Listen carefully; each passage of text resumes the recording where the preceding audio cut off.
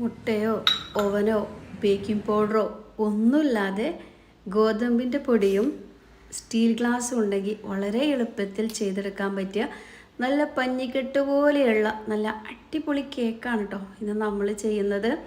കണ്ടല്ലോ, കാണുമ്പോൾ തന്നെ അറിയാം അതിൻ്റെ ആ ഒരു ടെക്സ്ചറും സോഫ്റ്റ്നെസ്സൊക്കെ. നമ്മൾ കടയിൽ നിന്നും ടീ കേക്ക് വാങ്ങിക്കഴിക്കുമല്ലോ, അതിലേറെ രുചിയുണ്ട് കേട്ടോ നമ്മളെ വീട്ടിൽ നമ്മൾ ഇതുപോലെ റെഡിയാക്കുമ്പോൾ. അപ്പോൾ അതിന് വേണ്ടിയിട്ട് ഞാനൊരു ബൗളെടുത്ത് അതിലോട്ട് ഏകദേശം 2 കപ്പ് ഗോതമ്പിൻ്റെ പൊടിയാണ് കേട്ടോ ചേർക്കുന്നത്.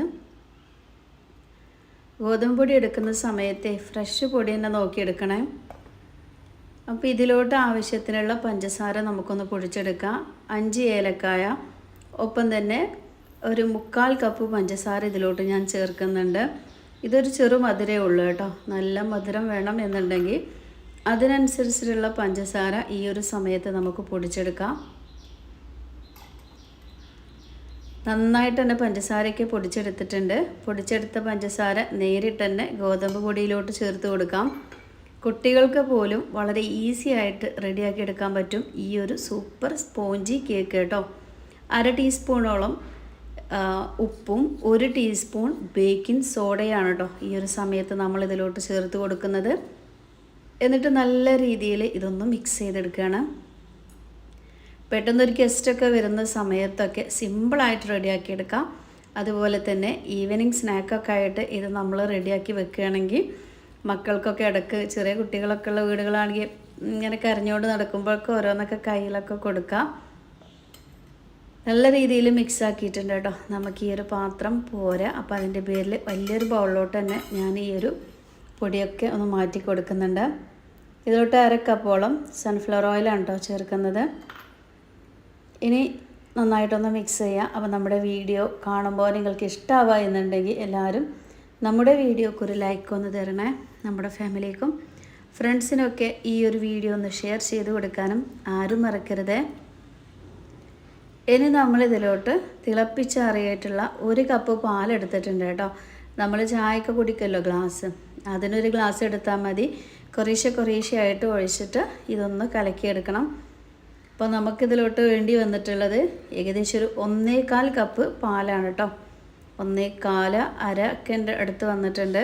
അപ്പോൾ നമ്മൾ എത്രത്തോളം മാവ് എടുക്കുന്നോ അതിനനുസരിച്ച് പാലിൻ്റെ അളവൊന്ന് കൂട്ടി കൊടുക്കണം. ആദ്യം 1 കപ്പ് ഒഴിച്ചു. ഇപ്പോൾ ഞാനിത് അവിടെ 1/4 ഒഴിച്ചു. അപ്പോൾ അതാ ഏകദേശം ഒരു 1.5 കപ്പ് പാൽ കേട്ടോ. തിളപ്പിച്ചാറിയിട്ടുള്ള പാലാണ്. ഇനി നമുക്ക് നന്നായിട്ട് അങ്ങോട്ട് മിക്സ് ചെയ്തെടുത്താൽ മതി. നമ്മളിതിൽ ബേക്കിംഗ് പൗഡർ ഒന്നും ചേർക്കുന്നില്ല. അതുകൊണ്ട് തന്നെ ഇനിയിപ്പോൾ നമ്മുടെ കയ്യിൽ ബേക്കിംഗ് പൗഡർ ഇല്ല എന്ന് കരുതിയിട്ട് റെഡിയാക്കാതെ ആരും നിൽക്കണ്ട. എല്ലാവരും ഒന്ന് റെഡിയാക്കി നോക്കേട്ടോ. എന്നിട്ടൊന്ന് ഫീഡ്ബാക്ക് അറിയിക്കണേ. നല്ല രുചിയുണ്ട് കേട്ടോ ഇത് കഴിക്കാനായിട്ടും. നല്ല രീതിയിലൊന്ന് മിക്സ് ആക്കാം. കണ്ടല്ലോ, നമ്മുടെ മാവ് ഇവിടെ റെഡി ആയിട്ടുണ്ട്. ഈ ഒരു ബാറ്റർ സിമ്പിളാണ് കേട്ടോ. ഒരു 2 മിനിറ്റിനുള്ളിൽ തന്നെ നമുക്ക് റെഡിയാക്കാം. ഇനി ഇതിലോട്ട് വേണമെന്നുണ്ടെങ്കിൽ നമുക്ക് നട്ട്സൊക്കെ ഇട്ട് കൊടുക്കാം. ടൂട്ടി ഫ്രൂട്ടി അങ്ങനെയൊക്കെ ഒന്ന് ചേർത്ത് കൊടുക്കുകയാണെങ്കിൽ കഴിക്കുന്ന സമയത്ത് നല്ല രുചിയായിരിക്കും. അപ്പോൾ ഞാൻ എൻ്റെ കയ്യിൽ കുറച്ച് ടൂട്ടി ഫ്രൂട്ടി ഉണ്ട് കേട്ടോ. അപ്പോൾ അതാണ് കേട്ടോ ചേർക്കാനായിട്ട് പോകുന്നത്. ഒരു വിസ്കോ സ്പൂണൊക്കെ വെച്ചിട്ട് നന്നായിട്ട് കട്ടയൊന്നും ഇല്ലാത്ത രൂപത്തിൽ ഇതുപോലെ ഒന്ന് ഉടച്ചെടുത്താൽ മതി. ഗോതമ്പൊടി വെച്ചിട്ട് നമ്മളെല്ലാവരും കേക്കൊക്കെ റെഡിയാക്കാറുണ്ടല്ലേ. അപ്പോൾ മുട്ടയൊന്നും ചേർക്കാതെ സിമ്പിളായിട്ട് ബേക്കിംഗ് പൗഡർ പോലും ഇല്ലാതെ ഒന്ന് ചെയ്ത് നോക്കണേ. ഈ ഒരു സമയത്ത് നട്ട്സ് ചേർക്കുന്നവർക്ക് നട്ട്സും ചേർത്ത് കൊടുക്കാം കേട്ടോ. നല്ല രീതിയിൽ തന്നെ ഒന്ന് മിക്സ് ആക്കി എടുത്തിട്ടുണ്ട്. ഇനി നമ്മളിത് നമ്മളെ വീട്ടിലൊക്കെ ചായ കുടിക്കുന്ന സ്റ്റീലിൻ്റെ ഗ്ലാസ് ഉണ്ടല്ലോ, അതിലാണ് ഇത് നമ്മളൊന്ന് ബേക്ക് ചെയ്തെടുക്കാനായിട്ട് പോകുന്നത് കേട്ടോ. അപ്പോൾ കാണാനും തന്നെ നല്ലൊരു ഭംഗിയാണ്. അത് നമ്മുടെ ഓവനൊക്കെ ഒന്ന് ചൂടാക്കി എടുക്കുക കേട്ടോ. ഇതാണ് കേട്ടോ നമ്മുടെ ഓവൻ. ഇതുപോലെ ഒരു ചെമ്പട്ടിയോ നോൺ സ്റ്റിക്കിൻ്റെ പാൻ പഴയതൊക്കെ ഉണ്ടെങ്കിൽ, പാനല്ല കടായി കേട്ടോ. നമ്മൾ ഗ്ലാസ് ഇങ്ങനെ ഇറക്കി വെക്കണമല്ലോ. നമ്മൾ ഈ ഒരു ചെമ്പട്ടിയിലോട്ട് ഞാനൊരു ചെറിയ തട്ടിട്ട് കൊടുത്തിട്ട് അതിൻ്റെ മുകളിൽ ഇതുപോലൊരു പാത്രം വെച്ച് കൊടുക്കാം. ഇതുപോലെ തന്നെ വേണമെന്നില്ല, നമ്മൾ ഏതെങ്കിലും ഒരു പ്ലേറ്റ് എടുത്താലും മതി കേട്ടോ. ഇനി നമ്മൾ ഏത് ഗ്ലാസ്സിലാണോ ഇത് സെറ്റ് ചെയ്യുന്നത് ആ ഗ്ലാസ്സിലോട്ട് വെളിച്ചെണ്ണ ഇതുപോലെ ഒന്ന് നന്നായിട്ട് തന്നെ ഒന്ന് തേച്ച് കൊടുക്കാം. അല്ലെങ്കിൽ നമ്മൾ എടുക്കുന്ന സമയത്ത് അതിലിങ്ങനെ ഒട്ടിപ്പിടിച്ചുകൊണ്ട് നിൽക്കും. എല്ലാ ഗ്ലാസ്സിലും അത്യാവശ്യം നല്ല രീതിയിൽ തന്നെ സൺഫ്ലവർ ഓയിലൊക്കെ ഒന്ന് തേച്ച് കൊടുത്തിട്ടുണ്ട്. ഒപ്പം തന്നെ നമുക്കിതിൻ്റെ കുറച്ച് നമ്മുടെ ഗോതമ്പിൻ്റെ പൊടി ഉണ്ടല്ലോ, അതിട്ടിട്ട് നന്നായിട്ടൊന്ന് തട്ടിയെടുക്കുകയും ചെയ്യാം.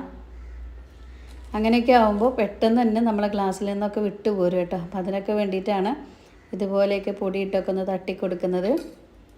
ഇനിയിപ്പോൾ നിങ്ങൾക്ക് ഇതുപോലെ ഗ്ലാസ്സിൽ ബേക്ക് ചെയ്യാൻ താല്പര്യമില്ലാത്തവർക്ക് കേക്ക് ടിന്നെടുക്കാം.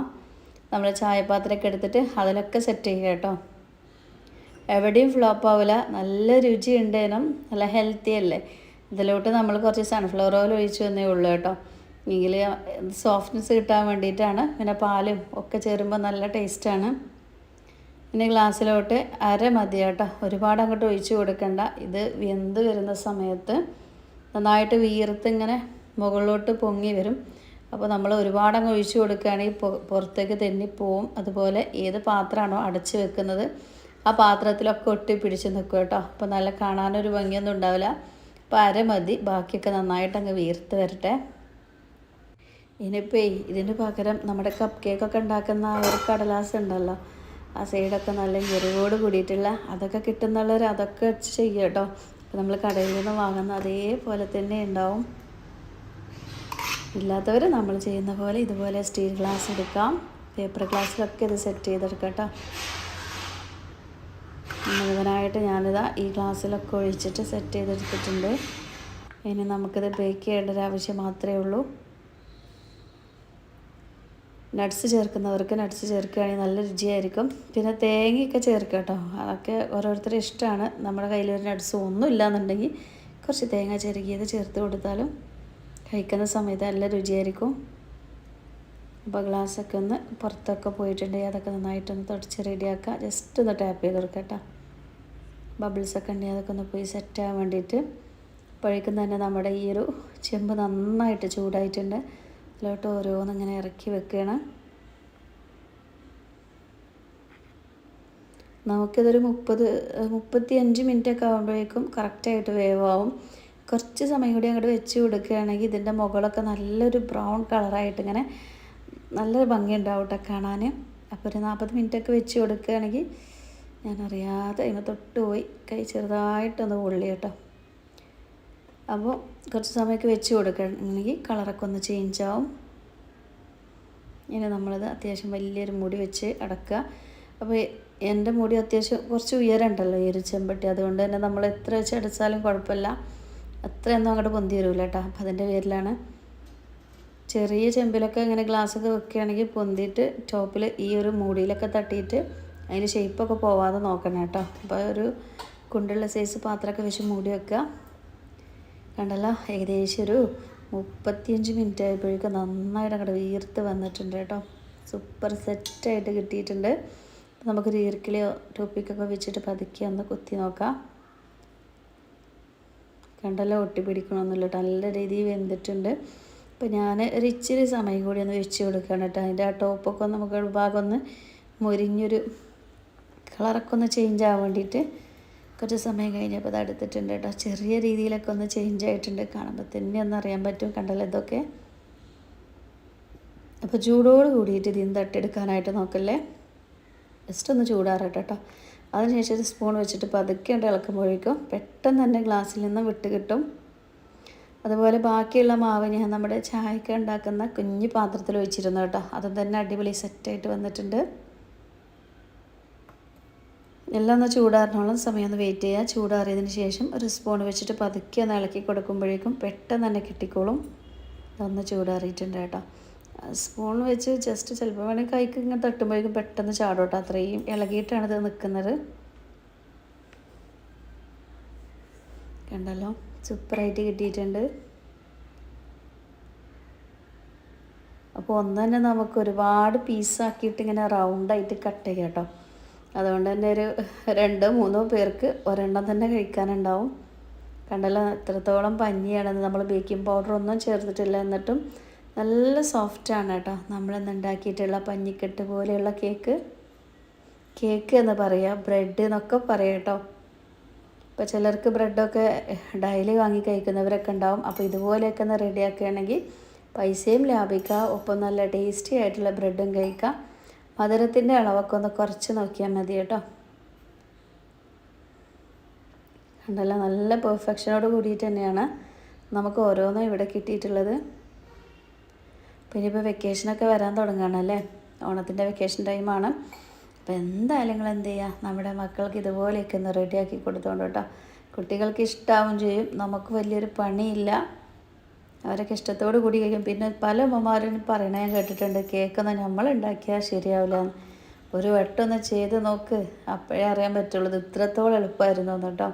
അപ്പോൾ നമ്മൾ ആ ഒരു ചായപാത്രത്തിലൊരു കുഞ്ഞ് കേക്ക് എടുത്തിട്ടുണ്ട്, കണ്ടല്ലോ, നല്ല പെർഫെക്റ്റ് ആയിട്ട് തന്നെ കിട്ടിയിട്ടുണ്ട്. അപ്പോൾ നമുക്കിതെല്ലാം ഒന്ന് കട്ട് ചെയ്തെടുക്കട്ടെ ഇനി. അപ്പോൾ ഇതിൻ്റെ മുകളിൽ അണ്ടിപ്പരിപ്പൊക്കെ വെച്ചൊന്ന് ഡെക്കറേറ്റ് ചെയ്യണവർക്ക് അങ്ങനെയൊക്കെ ചെയ്തെടുക്കാവുന്നതാണ്. നമ്മൾ ഓരോന്ന് കട്ട് ചെയ്യുമ്പോൾ എത്ര സ്മൂത്തായിട്ടാണ് കട്ട് ചെയ്യുന്നത് നോക്കിയേ.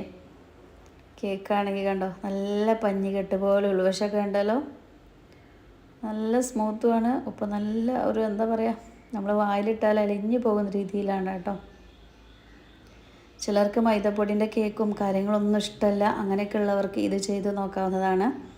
ഒന്നുകൂടി ഹെൽത്തി ആവുകയും ചെയ്യും, കുഞ്ഞു മക്കൾക്കൊക്കെ കൊടുക്കുകയും ചെയ്യാം. ഇത് ഞാൻ കട്ട് ചെയ്യുമ്പോൾ തന്നെ അറിയാം എത്രത്തോളം സോഫ്റ്റ് ആണെന്നുള്ള കാര്യം. നമ്മൾ ഡ്യൂട്ടി ഫ്രൂട്ടിയൊക്കെ ഇട്ടുകൊണ്ട് തന്നെ ഇടയിലൊക്കെ ഉണ്ടാകുമ്പോൾ കഴിക്കുന്ന സമയത്തും നല്ല രുചിയാണ് കേട്ടോ.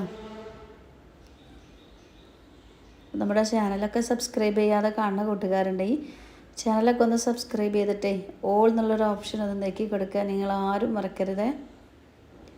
മുഴുവനായിട്ടും എന്താ ഇതുപോലെ ഒന്ന് കട്ട് ചെയ്ത് വെച്ചിട്ടുണ്ട് കേട്ടോ. അപ്പോൾ ഞാനിന്നിവിടെ 2 കപ്പ് ഗോതമ്പ് പൊടിയാണ് എടുത്തത്. അത്യാവശ്യം നല്ല ക്വാണ്ടിറ്റി തന്നെ നമ്മളിന്ന് റെഡിയാക്കിയിട്ടുണ്ട്. അപ്പോൾ ഇങ്ങനെ ഉണ്ടാക്കി വെക്കുകയാണെങ്കിൽ ഇന്നും നാളെയും മറ്റന്നാളൊക്കെ ഉള്ള ചായക്കടി റെഡിയായി കേട്ടോ. പിന്നെ കുട്ടികളൊക്കെ സ്നാക്കൊക്കെ കൊണ്ടുവന്നവരാണെങ്കിൽ അവർക്കും കൊണ്ടുപോകാം. എന്തെങ്കിലുമൊക്കെ ഇതുപോലെയൊക്കെ നമ്മൾ ഉണ്ടാക്കി വെക്കുകയാണെങ്കിൽ ബേക്കറി പലഹാരങ്ങൾ ഒഴിവാക്കിയെടുക്കല്ലേ. അപ്പോൾ നമ്മൾ ആ ചായപാത്രത്തിലെടുത്തതാണ് കേട്ടോ. അത് എത്രത്തോളം സോഫ്റ്റ് ആണെന്ന് കട്ട് ചെയ്യുമ്പോൾ നോക്കൂ.